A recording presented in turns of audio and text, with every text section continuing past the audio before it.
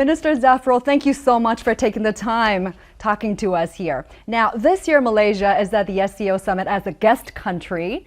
How do you feel about it? What are your key takeaways from it regarding economic cooperation? Because this organization was initially founded to enhance regional stability and security, but over the years, one of the primary objectives has now become facilitating trade and investment, right? How are you looking at this? Yeah, well, first of all, I think it was great that we've been invited, and of course our Prime Minister himself attended the session, and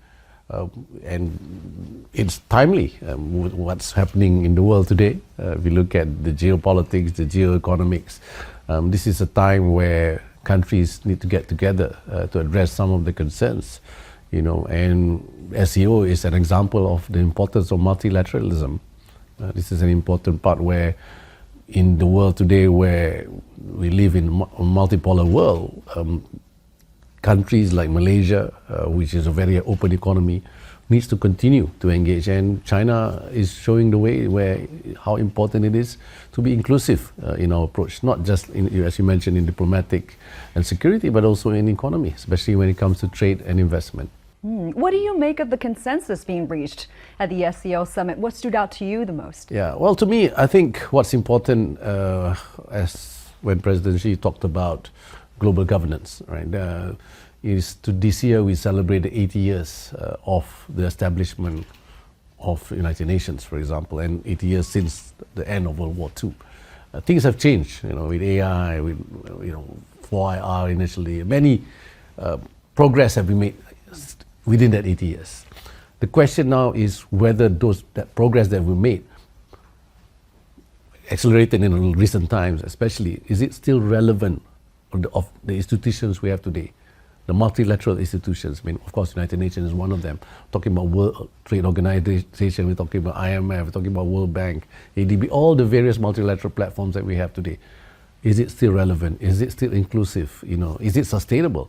And does it represent the world today, the economic order that we have today? So these are questions I think was raised during the SCO meeting. Of course, Secretary General of UN was also there, right? And I think it's important that we continue to see how we can improve on the system. But you need to transform, right, to continue to be relevant, or else people will start not believing in these institutions. While you are here, have you had the opportunity to meet business leaders from both China and Malaysia? Any plans for future cooperations, maybe? Yes, we had met many today. Of course, we had a very good sessions where the Prime Minister himself met quite a number of Chinese companies. We met Huawei, ZTE, we met the National Semiconductor Association, the China Semiconductors Industry Association as well, because Malaysia and China, we have a very strong relationship when it comes to semiconductor as well. And at the same time, we're having this Malaysia-China Business Association meeting today where the Prime Minister will address 132 business people to discuss about how to collaborate. Because China and Malaysia, we have been working very closely together on investment, but in terms of trade as well, 16 consecutive years, where China is Malaysia's largest trading partner. That's right. And speaking about that, the trade between the two countries last year hit a record high of over $212 billion US dollars. What do you think is fueling that trade boom, and where does Malaysia want to see more cooperation? In today's world, China, of course, is not just Malaysia's largest trading partner, it's also ASEAN's largest trading partner. So Malaysia, of course, is chair of ASEAN today. We have just recently upgraded the ASEAN-China FTA. And in October, all the ASEAN countries will be signing with China the new ASEAN-China FTA, version 3.0, pushing ahead on the digital and green agenda.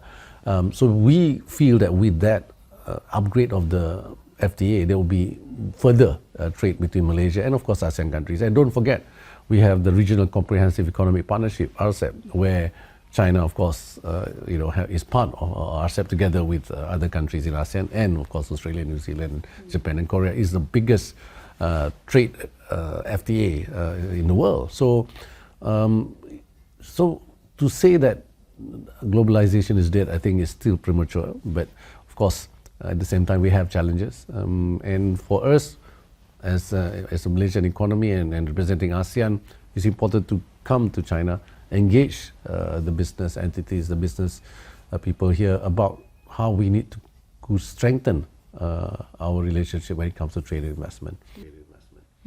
On top of being Malaysia's biggest trading partner for 16 consecutive years, China is also the second largest foreign investment source for Malaysia. And the big ones, if you take a closer look, high-tech industries, automotives, also infrastructure. What do you think that Malaysia can offer to keep attracting these investments? And where do you see room for more growth? We've seen strong interest in the high-tech sector. You just mentioned that sector. In fact, on Thursday, the Prime Minister will be going to our automotive high-tech valley, where it's primarily driven by investments from China. We have Geely there, a big presence of Geely. BYD is opening their factory there as well. Of course, we have Chery already in another state, and all moving into the EV technology, all adopting. Because Malaysia, we are very large player in the semiconductor industry, right? And that's why I mentioned earlier that we met the Chinese Semiconductor Industry Association, where the many of the supply chain and the trade between Malaysia and China is also on semiconductor and investment. You mentioned investment. Of course, China is continue to be a big investor in Malaysia, as you mentioned just now correctly, is number 2 in terms of investment. And there's 3 sectors that we're looking very closely with China. Today, the Prime Minister met up with Huawei and ZTE, for example. We want to see increased adoption of digital, especially AI, how our Malaysian companies should further adopt the usage of AI to improve productivity, competitiveness, etc., and working closely with Chinese technologies, Chinese companies, and want them to invest as well in Malaysia. And secondly, I think when I mentioned about automotive, right, automotive and EV, they all use semiconductor components, the power chips, etc. This is where, when we talk about supply chain resiliency, supply chain security, Malaysia can provide the right ecosystem for the automotive industry, especially the EV automotive industry. And finally, on the green transition, we talk about renewable energy, talking about talking about clean energy, green energy, etc. This is again where Malaysia feels that between Malaysian companies and the Chinese company, we can work further together to embrace the energy transition.